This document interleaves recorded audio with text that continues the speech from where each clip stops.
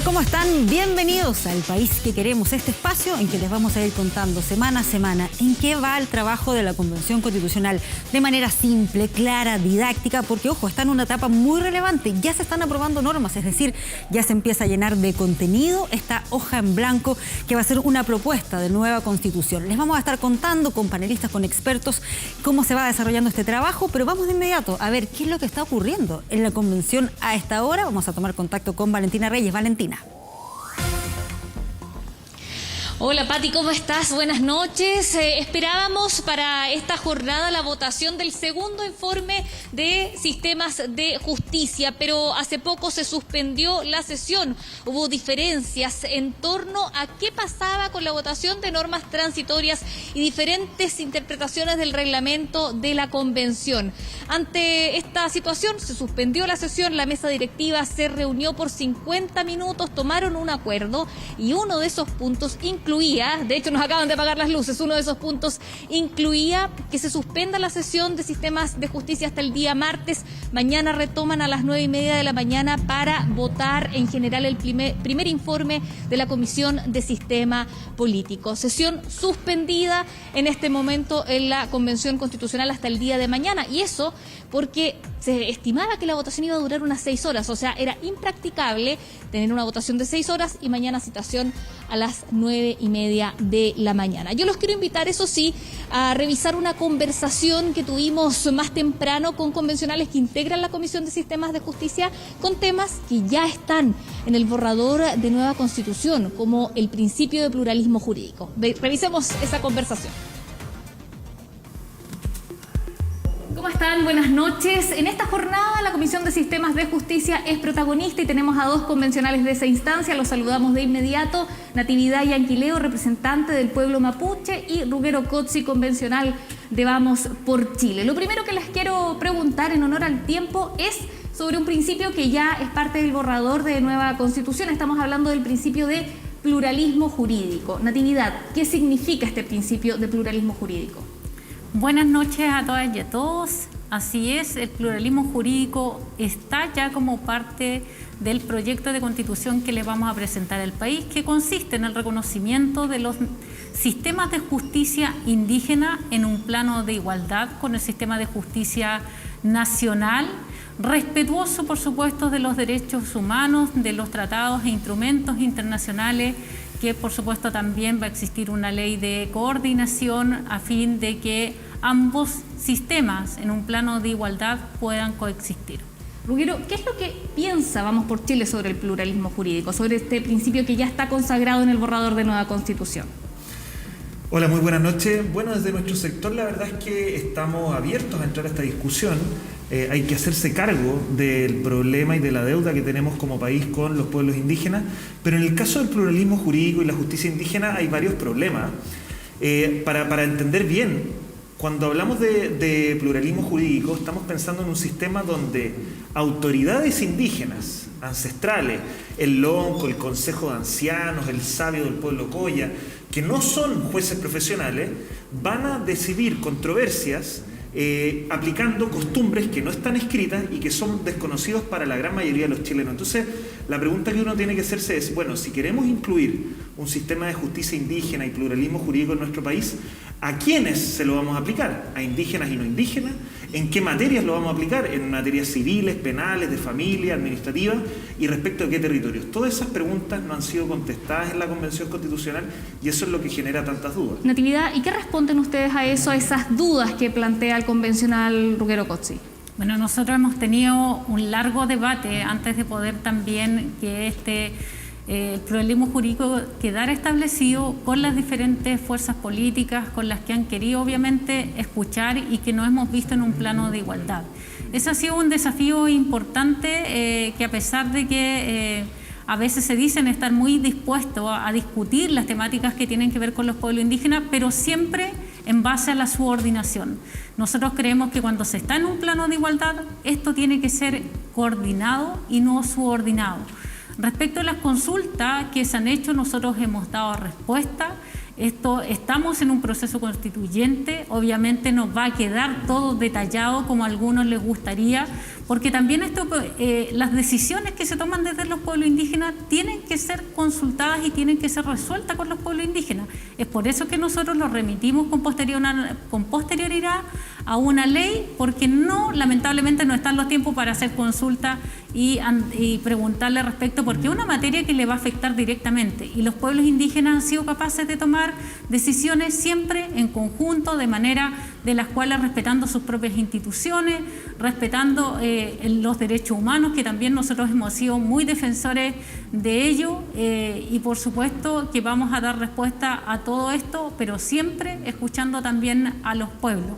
Aquí dejamos materias muy abiertas también para que finalmente venga una discusión posterior, y como lo señalaba, van a haber ley de coordinación a fin de que puedan regular a dónde se va a hacer. Se habla algunos dentro de las autonomías territoriales. Para eso tenemos que dejar establecido cuáles van a ser esos territorios. Primero tenemos que tener el derecho a la tierra, el territorio y los recursos naturales, que son discusiones también de otras comisiones. Pero convencionales, ¿qué causas van a haber estos sistemas jurídicos indígenas? ¿Causas de todo tipo? ¿Quiénes van a poder ir hacia ese sistema jurídico indígena? ¿Eso está definido? ¿Se va a definir o lo va a definir una ley? Eso lo tiene que definir una ley. Hay que recordar que nosotros, igual el Estado chileno es bien reciente respecto a la existencia de los pueblos originarios. Nosotros, con anterioridad a que llegara el Estado, nosotros existíamos, teníamos nuestras propias formas de resolver nuestros conflictos. Obviamente que hay materias de las cuales no nos hacíamos cargo porque no nos podíamos hacer cargo. Por ejemplo, fraude al fisco. Es imposible que una materia de esa naturaleza nosotros los pudiéramos ver. Sin embargo, también hemos hablado, por eso hablamos de pluralismo, y queremos que esto también sea en base a lo que hoy día también existe respecto, por ejemplo, justicia de género, el respeto a los derechos humanos, que en su tiempo tampoco lo teníamos, porque algunos nos exigen volver hace 200, 300 años atrás, pero nosotros también somos pueblos y culturas que vamos evolucionando a la medida también que va avanzando el derecho. Y por supuesto que vamos a estar muy pendientes, especialmente que hay un límite sumamente esencial, que es el pleno respeto a las mujeres, a los niños, a los adolescentes, que es una preocupación también que hoy día tiene la sociedad chilena y el mundo entero. ¿Algo quiere decir ahí el convencional Ruggero Cozzi? Acotar. Sí, lo primero es que no seguir con esas caricaturas, porque nosotros la verdad es que hemos estado muy abiertos al diálogo. Dentro de las primeras semanas de la convención le enviamos una carta abierta a los pueblos indígenas y nunca tuvimos respuesta. Nosotros queremos participar de este debate, pero queremos que las cosas se hagan bien. ¿Cuáles son para nosotros los límites que esto debiera tener? Primero, tiene que haber una justicia indígena, pero solo entre indígenas. Y esto es falso, que no lo puede decir la Constitución. La Constitución de Bolivia lo dice. No puede ser que una autoridad indígena esté juzgando a una persona que no forma parte de su comunidad o pueblo. Lo segundo, solamente para asuntos que no sean de derecho público. Nosotros creemos que las cuestiones penales, el dominio minero en el norte, por ejemplo, no debieran ser resueltos por autoridades ancestrales. Pensemos en el caso que acaba de ocurrir en Temucuicui, esa balacera. ¿Quién la va a juzgar el día de mañana? ¿El lonco de la comunidad de Temucuicui? Obviamente que nosotros creemos que eso no puede ser. En tercer lugar, tiene que haber derecho de opción, que las personas indígenas o no indígenas puedan recurrir tanto a tribunales ordinarios o a la autoridad ancestral, si es que así lo estiman pertinente en el caso de los indígenas. Y por último, la Corte Suprema tiene que tener la última palabra, porque esa es la única garantía de que haya igualdad ante la ley, de que haya unidad de jurisdicción y de que una misma situación tenga la misma respuesta del Estado y de que las leyes se van a aplicar por igual. Convencional Natividad Yanquileo, ¿usted está de acuerdo con eso, con que tiene que ser la Corte Suprema la última instancia? Dentro de las propuestas existe un tribunal de integración plurinacional como una instancia revisora de las causas. ¿Cuál es la posición de ustedes? Sí, bueno, cuando les conviene se acuerdan de Bolivia. Nosotros en esta materia no es una referencia que hemos tomado. Nosotros también nos hacemos cargo, por supuesto, del constitucionalismo latinoamericano, especialmente el resguardo que han hecho en otros países respecto de la materia. En algunas ha funcionado, en otras no ha funcionado, producto también de siempre estar como supervigilado o subordinado al sistema de justicia nacional. Nosotros en base a eso creemos que quien tiene que revisar para no seguir en este sistema de subordinación, tiene que ser un tribunal plurinacional que nosotros también ingresamos esa propuesta, se lo señalamos, la discutimos y que esperamos obviamente que se pueda entender. O sea, cuando hablamos de plurinacionalidad, que es un eslogan que se ha transmitido en todo este proceso constituyente, hablamos de respeto a los derechos de los pueblos indígenas. Eso quiere decir que nos respeten nuestra forma de poder resolver nuestros conflictos. Obviamente, insisto, va a existir con posterioridad una ley que va a regular todas estas materias con la participación de los pueblos indígenas a través de las consultas que son obligatorias. ¿Cómo estaría compuesto este tribunal plurinacional y quiénes integrarían ese tribunal? Siempre se ha pensado también con la integración de, nosotros somos al menos 10 pueblos indígenas hoy día reconocidos, hay otros que están en proceso de reconocimiento y obviamente también con la integración de miembros, digamos, o personas también del pueblo chileno, porque cuando se habla de plurinacionalidad tienen que estar incorporadas todas las naciones, teniendo especial énfasis en que efectivamente, y nos va a requerir además de la integración, si bien es cierto se hablan de personas con preparación en términos de derecho occidental, porque eso es lo que a veces se trata también de decir que las personas que vienen de los pueblos indígenas no van a tener la preparación. Eso es una falacia, eso es seguir viéndonos como si fuéramos inferiores, como si las personas de los pueblos indígenas que no han estudiado derecho no tuvieran conocimiento respecto de materia de justicia. Ahora, convencional Rubero Cotzi, también se nos va acabando el tiempo. ¿Por qué tiene que ser la Corte Suprema y no un tribunal plurinacional que sería experto en materias de pueblos originarios de las primeras naciones? A ver, no, lo primero es que uno cita el caso boliviano no porque nos convenga a nosotros queremos lo que le conviene a los chilenos. Y la verdad es que a mí me parece inaceptable que se plantee incluso la posibilidad de que una persona no indígena vaya a ser juzgado por una autoridad ancestral que no es un juez profesional, que no necesariamente es abogado y que además se le van a aplicar costumbres que no están escritas y que probablemente son desconocidas para la mayoría de los chilenos. Entonces, yo creo que ese punto hay que destacarlo, porque acá el referente de Bolivia es porque justamente limita esa posibilidad. La justicia indígena, si se va a aplicar, tiene que ser solo entre indígenas, creemos nosotros. Y lo segundo es que la Corte Suprema tiene que tener la última palabra, porque es la única manera de que haya igualdad ante la ley. ¿Ah? Cuando tú tienes un caso, por ejemplo, de homicidio, y que ante la justicia indígena va a tener como pena la ley del hielo, porque esa es una de las sanciones que se ha aplicado en algunas comunidades indígenas, mientras que en el resto del país un homicidio implica penas de cárceles que pueden considerar incluso cadena perpetua. Eso no es igualdad ante la ley y eso no puede suceder. La Corte Suprema tiene que unificar la aplicación del derecho para que todos estemos sometidos a las mismas reglas, porque eso es la base de un Estado de Derecho. Ahora ya así para finalizar, lo último que le pregunto y muy cortito a la convencional Natividad Yanquileo, ¿habría igualdad ante la ley con estos sistemas de justicia que incluyen el principio de pluralismo jurídico convencional? Por supuesto, cuando hablamos de igualdad ante la ley, tiene que ser respetando esas diferencias que existen. Y hoy día los pueblos indígenas son distintos al pueblo chileno, y por lo tanto eso es lo que se quiere hacer valer.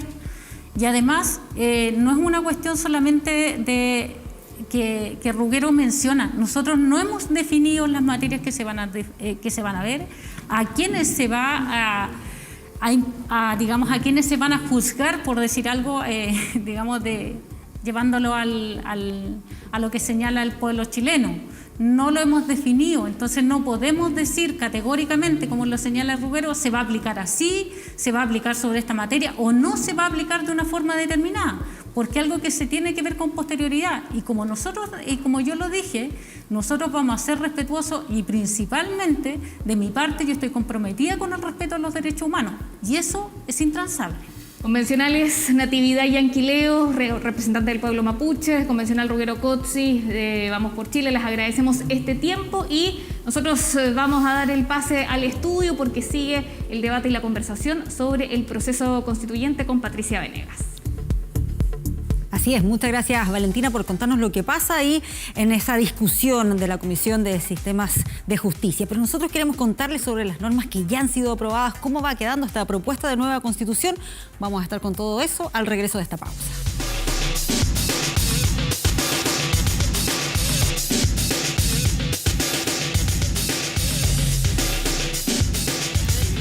Estamos en el país que queremos y vamos a ir a analizar, a revisar cómo va quedando este nuevo texto constitucional, porque ya hay normas aprobadas y hay algunas muy relevantes que van definiendo cómo va a ser nuestro país, cómo va a estar configurado territorialmente. Y para eso estamos con dos expertos, abogados constitucionalistas, Marisol Peña, además académica de la Universidad del Desarrollo. Marisol, gracias por estar aquí con nosotros esta noche. Gracias a ti, Patricia. Muy buenas noches a todos. Y Tomás Jordán, abogado y académico de la Universidad Alberto Hurtado. Tomás, gracias también por estar con nosotros. Como les decía, esto es algo muy relevante porque tiene que ver con la forma que va adquiriendo Chile administrativamente, territorialmente. Vamos a revisar una gráfica donde precisamente esta es una de las normas que ya ha sido aprobada, es decir, que va a este texto de nueva Constitución, que después tendrá que ser sometido a un plebiscito. Lo vemos ahí en pantalla. Chile es un Estado regional, plurinacional e intercultural, con entidades territoriales autónomas. Hay varios conceptos ahí que marcan una diferencia con la actual Constitución. ¿Qué significa, Marisol, esto de el Estado regional? Primero, yo creo que es importante aclarar que el Estado regional es una forma de Estado. Una forma de Estado tiene que ver con la manera en que los elementos del Estado, ¿verdad? Población, territorio, el poder, el ordenamiento jurídico y el fin del Estado se manifiestan a lo largo del territorio. En el caso del Estado regional, constituye una fórmula intermedia entre los modelos clásicos del Estado unitario y el Estado federal. Y para sintetizar simplemente por qué está en el medio, porque no es un modelo en el cual, como ocurre hoy día, el centro del poder esté solamente en la capital y se proyecte a las regiones, y tampoco es un Estado federal, donde hay varios centros de poder que se manifiestan exteriormente en uno solo a través de la capital federal. Claro, pasemos mientras a revisar precisamente el otro apoyo gráfico que va en línea con lo que estaba mencionando Marisol, y para ir profundizando también con Tomás sobre estos conceptos que van ahí definiendo lo que es nuestra organización territorial. Entiendo, Tomás, que además se crean aquí las asambleas regionales. Se le quitó el concepto legislativas. Sí.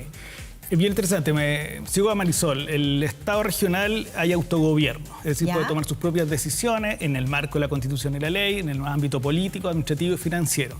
Y esto lleva parte del autogobierno a la creación de asambleas regionales, es decir, un órgano legislativo y fiscalizador del gobierno regional. Y por lo tanto vamos a tener un ejecutivo y un legislativo con ciertas atribuciones fijadas por la propia Constitución. Entonces, se le quitó lo legislativo porque era más profunda en un inicio, pero hoy día tiene ciertas facultades, con más atribuciones que podían ser facultades paralelas al Congreso. Hoy día son más bien de ejecución de la normativa nacional. La van a poder ejecutar esta Asamblea Regional. ¿Qué atribuciones va a tener esta Asamblea Regional? Básicamente tres. Una, aprobar el presupuesto regional, aprobatoria, el presupuesto regional, el plan de desarrollo regional, el plan territorial.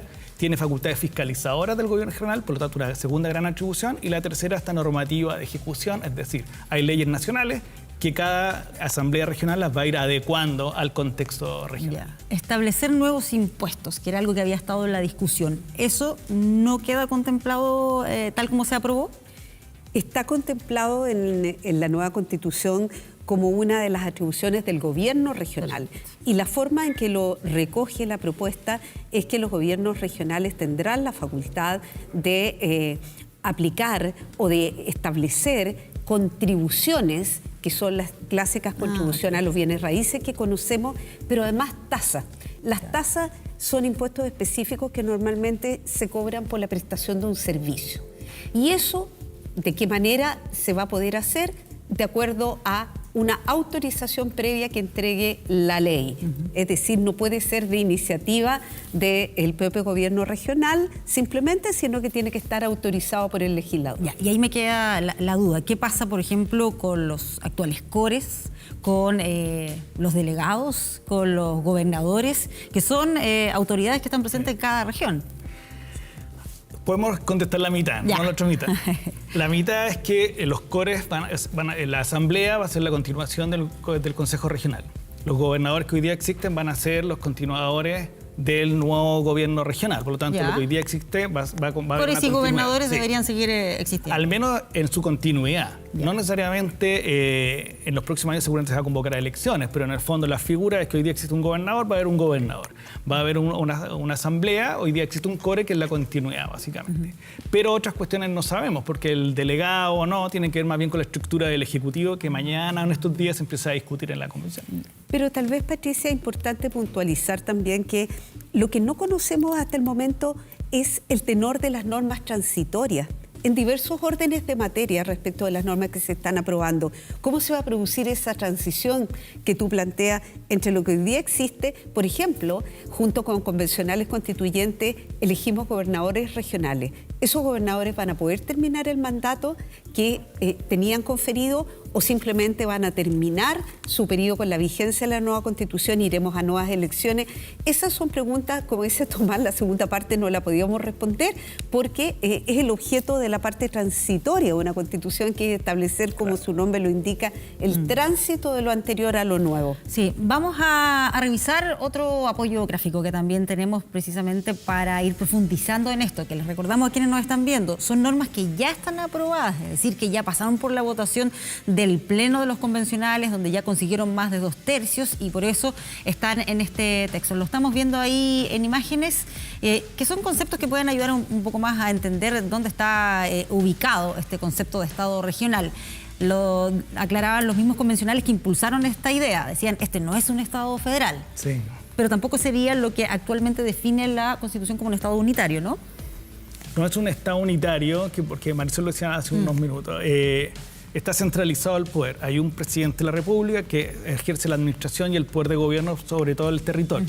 Existe un Congreso que tiene la facultad legislativa sobre todo el territorio. El Estado federal, hay distintas unidades de gobierno en cada uno de los estados que conforman el Estado nacional y hay distintos poderes legislativos y también judiciales. Entonces el modelo de Estado regional es una mixtura, otorga mayor autogobierno, pero no le da plenamente autonomía a cada una de las regiones. Es decir, más bien es altamente descentralizado, por decirlo de alguna manera. Es decir, se pueden tomar muchas decisiones, pero también hay políticas nacionales, legislación nacional que irradia a todas las regiones. Ya, ahora, esto de las asambleas regionales no quiere decir que vaya a haber un congreso, por así decirlo, en cada una de las entidades territoriales o de las regiones. Yo diría que eso ha sido clarificado en la medida que avanzan los debates de la Convención Constitucional y ciertamente uno tiene que entender las normas que van siendo aprobadas conforme a la discusión que las ha precedido.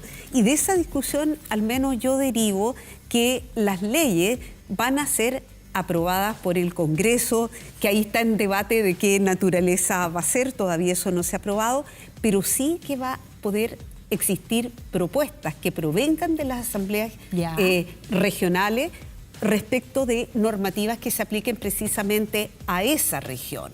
Sí. Y podemos imaginarlo en materias de transporte, en materias de turismo, donde las regiones autónomas van a tener importantes facultades, pero que deben ser coordinadas con las políticas nacionales de desarrollo.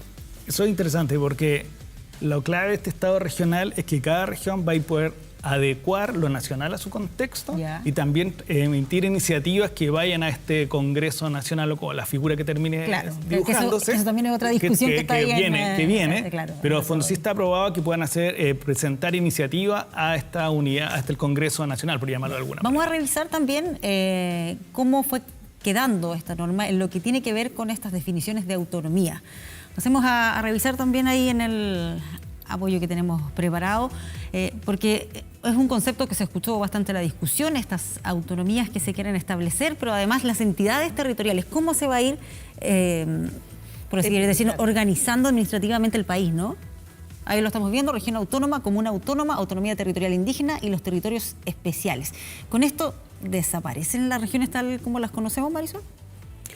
No necesariamente, en algún minuto se pensó, siguiendo algunos modelos del derecho comparado, en tener un sistema de macro regiones, es decir, de agrupar regiones, pero da la impresión también lo estamos derivando de los debates, que la idea es mantener las regiones actualmente existentes, pero sí declarar algunos territorios especiales, lo cual no es novedoso en el mundo. Por ejemplo, en el caso de Italia, que ha ido avanzando progresivamente hacia un regionalismo que se parece bastante más a un Estado federal hoy día que a un Estado regional, hay territorios especiales, como por ejemplo el territorio de Venecia, es un territorio especial en su integridad. Y Sardinia también es otro territorio especial. O sea, hay algunos segmentos de los que pertenecen a las actuales regiones que eventualmente van a tener derecho a una administración autónoma y particular. Ya, ahora, ¿qué significa esto de comunas autónomas o territorios especiales o las autonomías territoriales indígenas? Esas 3 unidades van a tener autogobierno, se les reconoce. Están esas 3 más los territorios especiales, pero los territorios especiales no van a tener autogobierno, no van a tener facultades de dotarse de sus propias autoridades políticas, administrarse y también tener facultades financieras. Cuando hablamos entonces de esta idea de autogobierno es que tienen estos 3 elementos. Se van a poder tener autoridades políticas elegidas, facultades administrativas sobre servicios públicos que de ellos dependan y facultades financieras para administrar sus recursos. Por lo tanto, esa es la idea, que estas 3 entidades puedan autogobernarse. En cambio que los territorios especiales más bien son administrados por terceros. Ya, perfecto. Ahora, estas autonomías son políticas, financieras, administrativas. ¿Qué significa eso en términos prácticos, Marisol? Básicamente, una autonomía política supone que sus autoridades sean elegidas popularmente. Ya. Eso es lo que se dijo tradicionalmente, que en Chile no había operado totalmente con los procesos de centralización hasta por lo menos la elección, ¿verdad?, última de los gobernadores regionales. Pero en segundo lugar van a tener autonomía administrativa. Eso significa que van a poder organizarse. Conversábamos con Tomás antes del programa que van a poder organizar sus servicios públicos que operen al interior de cada región autónoma, pero siempre en conformidad a la Constitución y a la ley. Tiene que haber un marco para que exista cierta homogeneidad a lo largo del país, porque si no, derechamente estaríamos en un Estado federal. Y por último, la autonomía financiera parte de la base de los estados regionales, que cada unidad territorial autónoma debe ser capaz de generar recursos propios. Entonces, la idea de facultar a las regiones autónomas para poder cobrar contribuciones y también tasas apunta a ese objetivo. Ya. Y de esa manera entonces ahí se va definiendo este concepto de la autonomía, que lo vamos también a pasar a revisar ahora a continuación. Todo esto, insisto, tiene que ver con cómo ya quedó lista esa norma, como ya ha sido aprobada por la Convención, ahí lo veíamos, son autonomías políticas, financieras y administrativas, y por lo tanto, Tomás, eso va a ir definiendo de qué manera se organiza cada región, y uno de los elementos que estaba en discusión era de qué manera se respetaba estos principios de equidad y solidaridad entre las regiones. Y en doble nivel, yo diría. Uno tiene que ver con entre regiones y otro entre el Estado y las regiones, el Estado central o las entidades centrales. ¿Por qué? Porque las regiones son distintas con distintos niveles de desarrollo hoy día. Imaginemos que siguen existiendo las mismas. Por lo tanto, entre ellas tiene que haber cooperación y solidaridad, y también un ente rector, que es el Estado central, que también tiene que distribuir. Recordemos que todo el dinero que entra a un Estado se discute anualmente en la ley de presupuesto. Por lo tanto, esa ley va a tener que fijar para cada región cierta cantidad de dinero que se va a administrar. Y por tanto, ahí viene operando la solidaridad. Cómo nosotros generamos mayor equidad entre las distintas unidades del Estado a través de tanto la normativa central como estas capacidades que tienen ellos para generar también equidad entre ellas y dentro de ellas también, porque después viene la distribución dentro de cada unidad subnacional, es decir, cada región autónoma va a tener su propio gobierno. Claro. Fíjate, Tomás, Patricia, que en el caso mismo de Italia, en lugar de solidaridad se habla de subsidiariedad vertical, vale decir que el Estado tiene de alguna manera que subsidiar, colaborar con aquellas regiones autónomas que estén en un menor nivel o grado de desarrollo. Pero también se habla de una subsidiariedad horizontal, en el sentido que las regiones autónomas tienen que ser capaces, y esto es bien interesante, de colaborar con el sector privado, no necesariamente acometer todos los desafíos propios de la región autónoma a través de empresas públicas, sino que también eventualmente con la colaboración de privados. Uno podría pensar en materia sanitaria y otros. Claro, dentro de estas definiciones que se fueron tomando hay un detalle, un párrafo en el que se señala que en ningún caso el ejercicio de la autonomía podrá atentar en contra del carácter único e indivisible del Estado de Chile, ni permitirá la secesión territorial. Imagino que eso fue pensado en aquellos que planteaban la crítica o el temor directamente de que esto fuera a ser más bien cercano a un Estado federal o que fuera a provocar algo que atentara contra la unidad del país. Exactamente, también porque se reconocen las entidades territoriales indígenas, autonomías territoriales, y por lo tanto había este temor de secesión. Y por lo tanto se señaló expresamente, que es texto constitucional hoy día, que el Estado es uno, hay una unidad indivisible y por tanto, junto con esta mayor distribución de poder territorial, se conserva la unidad del Estado, que también es muy propio de los Estados regionales. Es decir, el modelo italiano señala una cláusula de indivisibilidad, también el modelo autonómico español también señala que es una unidad indivisible. Entonces estamos en esa línea de modelos, por decirlo de alguna manera. Ya. O sea, si hubiese que mirar a otros países como para tratar de buscar algún ejemplo que se pudiese parecer, ¿hay alguno como ese? Yo creo que hay dos, no sé qué piensas tú, Tomás, pero yo creo que hay dos modelos que han inspirado fuertemente este modelo que ha adoptado o estaría adoptando la nueva Constitución. Uno es el modelo español, que tiene estatutos de autonomía, aquí se van a llamar estatutos regionales. Y el otro es el modelo italiano, que curiosamente en algún minuto se quiso parecer, pero exprofeso, a un Estado federal. Y como quien dice, echaron pie atrás. Y dijeron, mirémonos, cuidado, aquí algo está pasando. No todas las regiones son lo suficientemente homogéneas para que ya pasen a tener una administración, un perfil, un legislativo, una constitución absolutamente separada. Claro. Marisol, Tomás, así es como va quedando en la nueva Constitución, pero estas no es en las únicas normas que se han ido aprobando. Ustedes pueden revisarlo también en nuestro sitio web en 24horas.cl, y para eso basta con acceder al QR, al código QR, que les va a permitir seguir el camino, ahí la pista de estas normas que ya han sido aprobadas, es decir, cómo va quedando esta nueva Constitución. Nos vamos a ir a una pausa y estamos de inmediato de regreso con más. Vamos a estar analizando este y otros temas acá en El País que Queremos.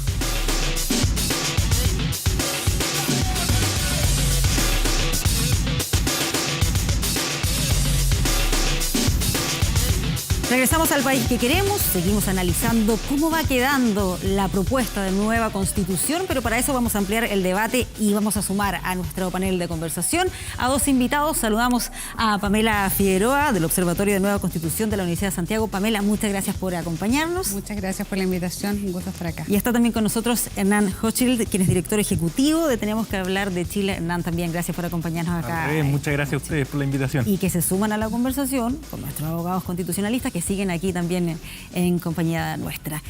A ver, dentro de otras de las normas que también se aprobó, que ya cuenta con la venia de la mayoría de 2/3 de los convencionales constituyentes, está una serie de aspectos que garantizan derechos sexuales y reproductivos, y entre ellos hay una norma que generó una intensa discusión y que tiene que ver con que el Estado debe garantizar una interrupción voluntaria del embarazo. Dentro de la polémica que se ha generado es que hay algunos que dicen que no se establecen límites y eso puede generar interpretaciones muy variadas, incluso que esto se trataría del aborto libre. Hay distintas interpretaciones al respecto, pero por eso queremos analizarlos con ustedes y me gustaría primero conocer la opinión de Pamela al respecto. Sí, bueno, yo creo que es muy importante que se haya incluido en la aprobación ya de los capítulos de derechos fundamentales los derechos sexuales y reproductivos de las mujeres. Yo creo que es un avance sustantivo en la autonomía de las mujeres, la autonomía física en este caso, que es una demanda muy sentida por gran parte de la sociedad chilena. Creo que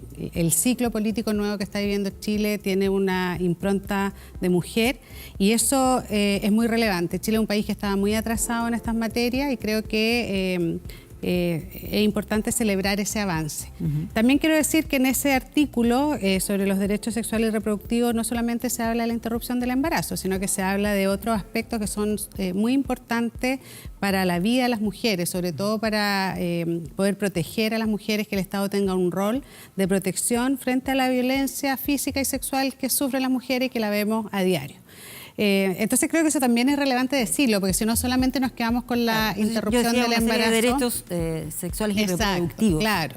Y bueno, ahora nosotros tuvimos hace muy poco en Chile una gran discusión con respecto al aborto en 3 causales, la despenalización del aborto en 3 causales, que fue una recuperación de una legislación que se había perdido en el país, y creo que eso fue la antesala de la discusión que tenemos hoy día. Creo que también esto es resultado de tener una convención constitucional paritaria, la primera convención constitucional paritaria del mundo, donde el avance en los derechos sustantivos de las mujeres era obvio que iba a estar en el texto constitucional. Entonces creo que eso es importante señalarlo desde esa perspectiva. Y claro, sabemos que hay diferencias con respecto a cómo eso tiene que quedar, porque también sería la primera constitución que legisla a nivel constitucional sobre la interrupción del embarazo. ¿Pero te parece adecuada la manera en que finalmente quedó esto, o faltó más detalles, se debería haber colocado el plazo, no corresponde a la Constitución, eso debiese quedar... Probablemente eso debería ir a la legislación. ¿Ya? Yo creo que era la Convención Constitucional lo que definió fue incorporarlo en el texto constitucional. Creo que eso también es debatible, a lo mejor también se podrían haber puesto los derechos sexuales y reproductivos de una manera más general. Pero en este caso me parece que era un consenso bien transversal y por eso tuvo los votos que tuvo. ¿Debiese ser en materia constitucional que, por ejemplo, se coloque ese nivel de detalle, que se diga cuáles serían los plazos, o eso lo debe resolver finalmente el Congreso? A ver, yo me iría a algo sumamente práctico. Vamos a suponer, y creo que así debiera ocurrir, que la legislación va a regular este deber que se le impone al Estado, ¿verdad?, de garantizar estos derechos sexuales y reproductivos, entre los cuales está la interrupción voluntaria del embarazo, sin ningún tipo de plazo. Y en ese contexto sigamos suponiendo que la ley adopta el legislador el parámetro que tiene la Organización Mundial de la Salud, según el cual el plazo hasta el cual se puede tolerar la interrupción del embarazo sin peligro para la vida de la madre, porque, como dice Pamela, si la intención del constituyente es que se protejan los derechos de la mujer, se pone ese límite. Pero eventualmente yo pienso que si eso ocurriera, alguien podría aducir que ese proyecto de ley es inconstitucional, precisamente porque la Constitución deja tan abierta la norma que no deja la posibilidad, no da la cabida, a mi juicio, para introducir límites que incluso tienen un estándar internacional. ¿Coincides, Tomás, con esa interpretación? Lo primero sí, lo segundo no. Ya. A ver, la norma, si lo recuerdo bien, dice el Estado garantizará las condiciones para un embarazo, una interrupción voluntaria del embarazo. Por lo tanto, aquí es una garantía que tiene que establecer el Estado, pero al mismo tiempo el vocablo condiciones habla de que se tienen que establecer las condiciones y por lo tanto una habilitación a la legislación futura de que disponga de cuestiones que permitan ejecutar esa obligación estatal. Por lo tanto, es muy difícil, creo yo, sobre todo siguiendo la legislación comparada a los estándares internacionales, que vaya a haber una habilitación sin contornos. Todo lo contrario, me parece que lo que se está discutiendo, lo que los mismos convencionales han hablado, la experta en materia de derechos sexuales han dicho, lo que tiene que venir es una regulación legal. Y por lo tanto tiene que haber un debate democrático sobre cuáles se daría en el Congreso, ese debate. Se daría básicamente en el Congreso. ¿Pero se podría considerar inconstitucional como plantea Marisol? No, básicamente porque como tú lo derivas al legislador, la regulación que esté disponiendo el legislador es la que ejecuta el mandato. Por lo tanto, distinto sería que no se regulase o que se prohibiese el aborto en una ley. Yeah. Tú decías, ¿cómo? Si el mandato constitucional va en otro camino, pero distinto es regularlo, que es decir, fijarle los límites, los contornos, cómo esto se va a desarrollar en la práctica. Entonces, eso es una opción que siempre se le ha reconocido al legislador cuando hay un mandato constitucional de fijar ese camino. Por lo tanto, es muy difícil que si está ejecutando ese mandato sea contrario al texto constitucional, a menos que lo prohíba. Ya, hay una diferencia interesante sobre esa interpretación, Hernán. Yo me quiero parar probablemente en los zapatos de las personas que nos están escuchando y ven a dos constitucionalistas, ¿cierto?, en un tema tan profundo y tan fundamental, ¿cierto?, que sobre los cuales no necesariamente hay un acuerdo, ¿ah? Y yo creo que eso es lo relevante. Hay que ser muy cuidadoso con lo que estamos viviendo en el proceso, que hay muchas cosas que están explotando públicamente, hay conversaciones que hoy día se están teniendo, y cuando la Constitución no es capaz probablemente de transmitir, o cuando los mismos convencionales no son capaces de transmitir esa certeza jurídica de lo que está pasando, eso obviamente yo creo que distorsiona un poquito el proceso. Y esto no solamente pasa con lo del aborto, también pasa con lo del Estado, ¿cierto? Que lo estuvimos viendo antes, pasa con los temas de plurinacionalidad, pasa con todos estos temas que a veces son, ¿cierto?, muy grandes, que generan, que no necesariamente se cierran, sino que se abren. El Estado regional abre algo, ¿cierto?, la plurinacionalidad, abre algo, esta ley, ¿cierto?, de derechos reproductivos, ¿cierto?, y la posibilidad de interrumpir el embarazo, abre una discusión, pero no necesariamente se están cerrando. Y lo que uno esperaría es que ojalá en el tiempo que le queda a la Convención sea capaz de clarificar, que no queden estos temas abiertos, porque si no el proceso, que es muy importante para la ciudadanía, que es un proceso que lo dijo muy bien el presidente, que es un proceso que tiene que ser de encuentro, es un proceso que tiene que ser, ¿cierto?, de ser capaz de sanar ciertas áreas que tiene el país en términos sociales, de cohesionar al país, de proyectarlo a los grandes, tenemos desafíos gigantes como sociedad. Si no somos capaces de acotarlos, de construir, ¿cierto?, un cierto nivel de acuerdo en qué está pasando, no vamos a haber logrado el sentido final del proceso. Pero en ese sentido, ¿crees que la percepción es que no se ha entendido bien, por ejemplo, o sea, no esta solamente norma? En muchos temas. Hoy día lo que estamos percibiendo es que en la temperatura social, en la conversación de la ciudadanía, hay poca claridad en estos temas. Y cuando uno ve en la televisión nacional, ¿cierto?, a dos expertos que están justamente tratando de explicar esto, y ambos leen el mismo texto, y uno te dice A y el otro te dice B, bueno, lo que estamos viendo es más incertidumbre. Y por eso a mí me parece que el gran llamado, lo hablábamos antes con Pamela me decía, estas cosas hay que tratar de cerrarlas, porque justamente si no se producen estas conversaciones y vamos a llegar a un plebiscito en que unos van a estar leyendo A, los otros van a estar leyendo B, los otros van a estar leyendo C. Yo entiendo que es natural en un proceso constitucional que la claridad de cada término no esté resuelta. Claro. Pero cuando a veces a cada término le sumamos tantas dimensiones o no lo cerramos, se problematiza. Entonces yo me pondría mucho en los zapatos de las personas que nos están escuchando hoy día y que dicen, chuta, va a haber embarazo, o sea, claro, va a haber aborto hasta los 9 meses, no, el otro me dice no, hay un convencional que me dice que sí, hay otro que me dice que no, y yo creo que el gran desafío que tienen los convencionales es un proceso muy difícil.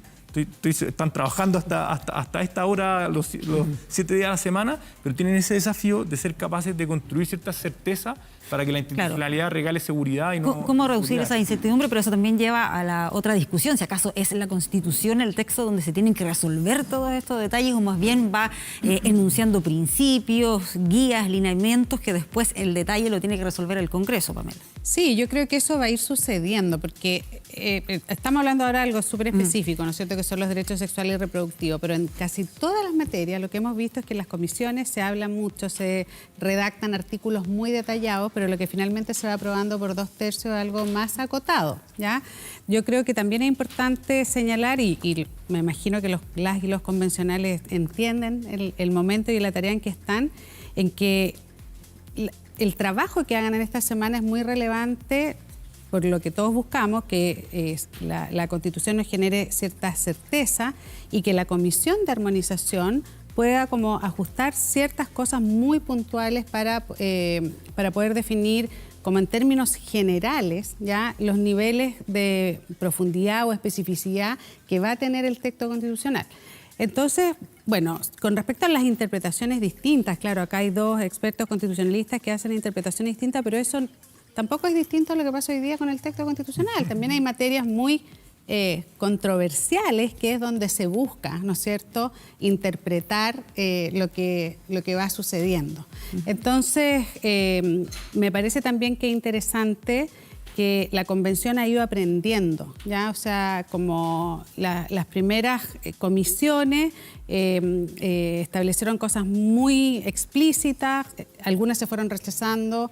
Bueno, sabemos que va a venir la discusión del sistema político y algunos dicen se va a rechazar mucho porque no se logró avanzar en todo el acuerdo, entonces pareciera que también ese es como un mecanismo de resolución de diferencias. Claro, para que después vuelva la comisión y ahí se vaya. Claro. Entonces, yo creo que obvio que de los derechos sexuales y reproductivos es muy relevante y muy debatido, porque es un tema que es de difícil resolución, no solamente en Chile, sino que a nivel global, y tiene que ver con una sociedad que va cambiando, con que hay más representación de las mujeres, con que son temáticas sociales que impactan muy fuertemente y que hacen diferencias también culturales, generacionales y de género. Claro, Entonces, cuando se habla del tema de la interrupción del embarazo, se plantean siempre dos temas. Uno es que se despenalice esa interrupción del embarazo, es decir, que una mujer no sea detenida, no sufra un proceso judicial. Y otro, si acaso el Estado tiene la obligación o no de asegurar los mecanismos para que se pueda realizar esa interrupción. Tal como quedó establecido acá, Marisol, ¿esto contempla esos dos aspectos? La despenalización Y que el Estado tenga la obligación de establecer los mecanismos para que esa mujer pueda interrumpir su embarazo. Yo puedo equivocarme, pero quiero concederle a la Convención Constitucional el hecho de que la intención, que es lo que uno puede rescatar del debate, fue establecer un sistema garantista de los derechos sexuales y reproductivos. Y eso se nota en la parte final de la norma que aquí se ha recordado cuando, a propósito de la interrupción voluntaria del embarazo, se señala que ella debe ejercerse y existir la garantía de que se ejerza sin interferencia de terceros ni de instituciones. Por lo tanto, en el fondo, la garantía de ese derecho se va a cumplir en la medida que el Estado sea capaz de remover los obstáculos. Yo creo que hay que entenderlo de esa manera. Y eso es lo que ha levantado, creo yo, una polémica importante en el país acerca de si, por ejemplo, la objeción de conciencia se va a poder plantear o no por parte de un médico a título personal o por parte de clínicas que tengan claramente una opción por el derecho a la vida de ese que está por nacer desde el momento mismo de la concepción. Sí. ¿Cómo lo interpretabas, Tomás? Muy parecido en realidad. A ver, yo creo que todo lo penal podría ser contrario al texto de partida. O sea, penalizar a la mujer por una interrupción, me parece que ya eso ya con la cláusula establecida sería contrario a la Constitución. Ya, distinto es la garantía del Estado, que concuerdo que es que el Estado tome todas las acciones necesarias para que esto se produzca, y ahí sí hay una cuestión que Marisol señala, que nosotros tenemos que tener siempre a la vista, que los derechos, y cuando hay una obligación estatal también hay un derecho para la persona, son mirados de manera horizontal. Es decir, los distintos derechos de la Constitución van a entrar seguramente en algún momento en colisión. En este caso puede ser la objeción de conciencia personal del personal de salud, y por lo tanto ahí va a haber eventualmente un conflicto jurídico entre el derecho de la mujer y esta objeción por parte de las personas que participan en el espacio de salud. ¿Por qué razón? Porque están en la misma posición. Entonces el caso va a tener que resolverse caso a caso, por decirlo de alguna manera. Voy a tratar de poner un ejemplo. En un establecimiento público puede perfectamente ver que hay personas para que proceda la interrupción, pero alguno de ellos puede objetar. Eventualmente eso se podría reconocer, porque el Estado en sí mismo podría dar cumplimiento a su obligación de garantizar.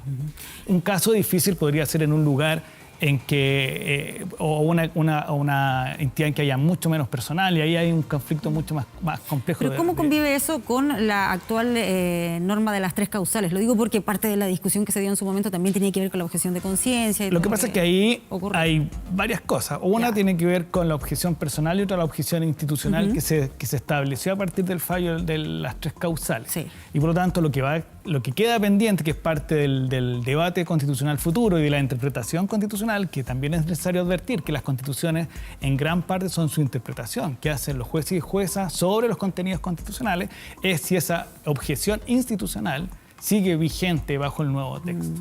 Y eso no lo vamos a ver a menos que el texto lo resuelva, por un lado, o dos, que los próximos jueces y juezas decidan si existe en el texto constitucional, de acuerdo a su interpretación, esa objeción institucional. Que en el 2017 el Tribunal Constitucional estimó que sí existía. Ya, perfecto. O sea, ahí también hay otro aspecto interesante que se dio durante este debate y que tenía que ver con que algunos planteaban que era necesario que aquí hubiese un mandato, es decir, que quedara especificado que el Congreso sí o sí, los legisladores tenían que abocarse a resolver estos detalles. Eso no quedó así de especificado. ¿Tú, Hernán, crees que era necesario que fuera así de explícito? Yo creo que más que necesario no, acá hay un tema muy complejo que no sabemos cómo va a terminar funcionando todo esto. Porque el funcionamiento de cada uno de estos derechos está muy determinado por la estructura que está tomando el Estado y sobre todo por cómo va a funcionar el sistema político. Entonces, cuando uno empieza a leer la Constitución por parte, obviamente cada parte puede generar las interpretaciones que uno imagine, pero mientras no se resuelve cómo va a concurrir el sistema político a este tipo de problemática, mientras no estén los transitorios respecto a las leyes que existen hoy día, yo creo que vamos a seguir con mucha incertidumbre. Por eso yo vuelvo a recalcar, lo que nosotros estamos, el termómetro que tenemos nosotros, ¿cierto?, es que estamos produciendo mucha participación de la ciudadanía, y lo que más encontramos desde la participación de la ciudadanía es una sensación de no entender. De no entender en qué está el proceso, un proceso que va muy rápido, son muchos temas. Yo no estoy diciendo que... Claro, eso tiene un cuánto incide también que aquí estamos hablando de un flujo de información muy relevante que cuesta a veces seguirle la pista en detalle. Y de muchas cosas que todavía no son claras. Entonces yo creo que todos los esfuerzos que puedan hacer los convencionales por volver a entender que hay un plebiscito de salida a la vuelta de la esquina y que es muy fundamental que aquellas cosas que quedan muy abiertas, ¿cierto?, finalmente terminan conflictuando muchas veces en la conversación pública, estén lo más cerrada posible. Creo que es fundamental que se acometan, pero lo antes posible. Y en ese sentido, tomando tu pregunta, yo creo que sí, y lo decían varios convencionales. Yo escuchaba a Tami Buslichnik, que ha estado empujando mucho esto, y decía, no, mira, nos falta una cápita que viene después y que va a decir, le vamos a poner justamente eso voy a mencionar, que parte de lo que han dicho lo que han dicho los convencionales que han estado apoyando esto es que todavía aquí queda discusión, y ahí lo que mencionabas sobre lo complejo que es seguirle la pista a todo esto, cuánto incide, que aquí se va aprobando un poco como un rompecabezas, una norma, algunas se devuelven a la comisión, otras sí se aprueban, y no necesariamente de una manera tan armónica. Y no todos los convencionales sienten que están haciendo la misma dinámica, porque al final igual está en una etapa de negociación y algunos sienten que están ganando su parte, otros sienten que la ganaron de otra forma. Entonces, yo creo que todavía la orgánica general está por verse, la armonización va a ser súper importante. Claro, esa es otra etapa. Pero uno esperaría que esta Constitución ojalá nos deje a todos un poco felices con lo que está y a nadie muy feliz con lo que tiene, porque entonces quiere decir que no necesariamente está equilibrada. Yo creo que ese es el gran desafío que queda, tener mucho cuidado con la cantidad de adjetivos y cosas que le ponemos al proceso, porque muchas veces, claro, están pensando en un grupo o en otro grupo, pero si nos pensamos en grupo vamos a perder el sentido de que al final esto tiene que funcionar para el país. Claro, y esa es otra de las discusiones que vimos también en estos días, si acaso los derechos sexuales, reproductivos, eran materia de una constitución, con qué nivel de detalle, ¿qué opinión tienes al respecto? Sí, lo que pasa es que yo creo que en materia de derechos sexuales y reproductivos también ha habido experiencias comparadas como de retroceso en ese tipo de derechos, entonces yo creo que eso ha llevado también como a los distintos movimientos feministas, por eso decía también esto de que hayan muchas mujeres representadas en la Convención Constitucional, que no necesariamente todas son feministas, pone esa discusión, ¿no es cierto? Porque hemos visto en otras democracias donde sí se habían logrado ciertos derechos sexuales y reproductivos que después se retrocede en esos derechos sexuales y reproductivos. Entonces creo que si esta convención no fuera paritaria, ¿crees que probablemente no sería temas? un tema. O sea, eso está, sí, yo creo que eso está bastante estudiado, no a nivel de convenciones, pero sí a nivel de Congreso. Que cuando existe la paridad, como la representación descriptiva, sí se puede avanzar en una representación más sustantiva. Entonces hemos visto, no sé, países como Colombia que acaban de legislar sobre el tema de la interrupción del embarazo, que también fue muy polémico con respecto a las semanas, lo que ha pasado en Argentina. O sea, América Latina además está llevando un punto muy adelante a nivel global en esta materia. Eso también es un fenómeno bien interesante y es parte de lo que estamos viviendo como sociedad. Pero me parece que la convención, y por lo menos lo que uno ve en las discusiones, lo que hemos conversado acá, sí están entendiendo que muchas materias que son polémicas tienen que ir a la definición política en el futuro Congreso, la futura democracia, con ciertas definiciones de cómo eso se va a ir implementando. Claro. Aspectos que son de materia constitucional. Algunos también ahí te dicen, bueno, tal vez esto va a quedar como un texto demasiado grande y no se debiesen contener todos estos aspectos acá, sino más bien eso resolverlo en el Congreso. Y como yo decía antes, que acá solamente queda una suerte de guía, de principios al respecto. A ver, es bien difícil responder esa pregunta en términos generales.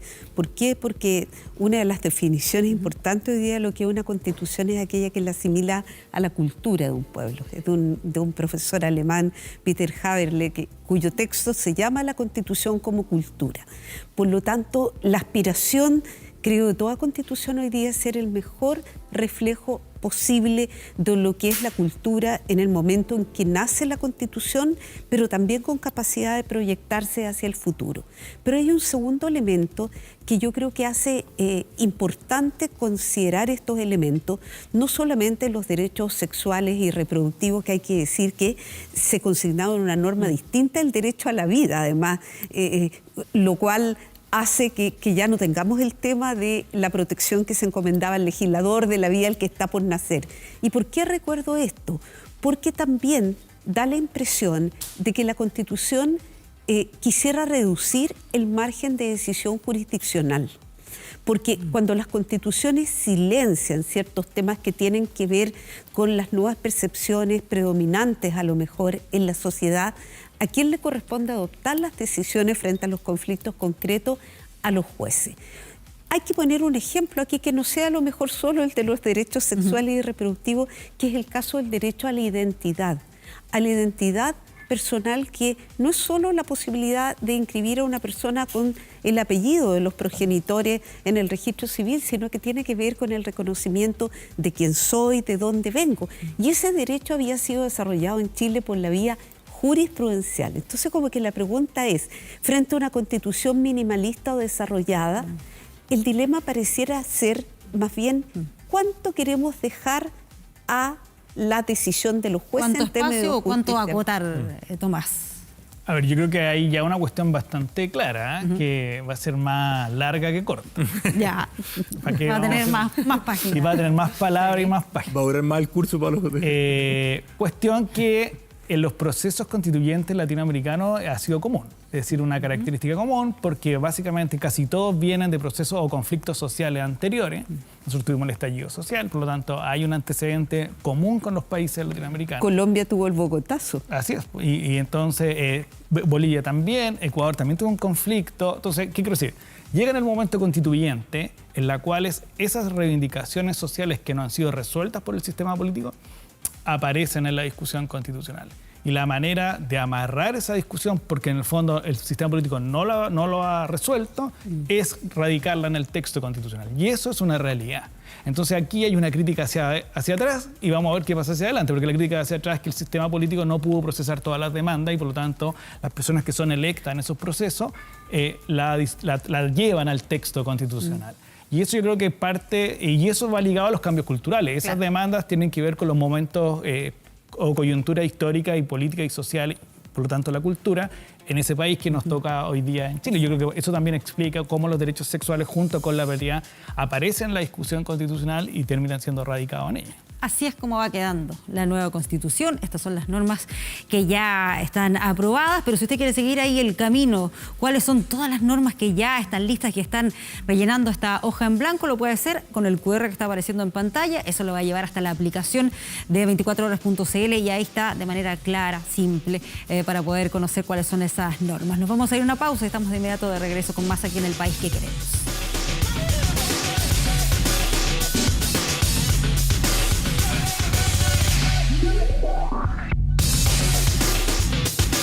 Regresamos al País que Queremos. Así van las normas, van quedando aprobadas ya y van rellenando esta hoja en blanco de la nueva Constitución. Queremos despedir a quienes nos han ayudado a entender un poco más este proceso. Muchas gracias, Marisol Peña, por haber estado acá esta noche. Pamela Figueroa, también muchas gracias por haber estado aquí y ayudarnos a entender un poco más toda esta dinámica en torno a la convención. Muchas gracias. Tomás Jordán, también invitado habitual. Muchas gracias por ayudarnos a entender más lo que está ocurriendo. Y Hernán Horsching. Gracias, Hernán.